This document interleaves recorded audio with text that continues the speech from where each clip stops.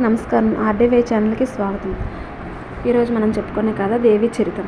శ్రీ సమర్థమైన నౌకాశరణ్యంలో నూతుడు నౌకాది మహర్షులు భవానీ దివ్య చరితం వినిపించసాగాడు. ఋషులారా, దైవంలో బ్రహ్మ ఉత్తముడు.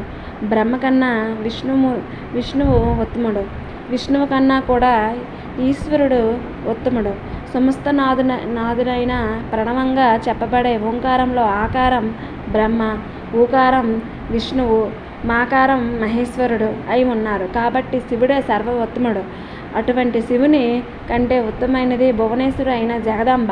ఆ భవానీదేవి సర్వమూర్ధస్థానంలో ఉంటుంది అనేది ఆమెనే దేవి అని, శ్రీదేవి అని, మహాలక్ష్మి అని, చండి అని, దుర్గా అని, మహాశక్తి అని ఆరాధిస్తుంటారు. ఆ శక్తి సంయోగం వల్లే శివుడు అంత గొప్పవాడు కలిగినాడు.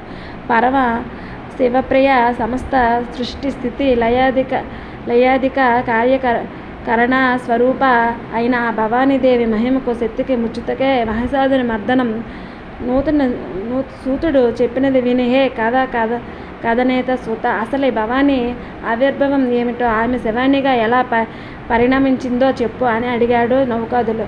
సూతుడు ప్రవచించసాగాడు. ఈ కథ మీ అందరికీ నచ్చినట్టయితే like and share and subscriber.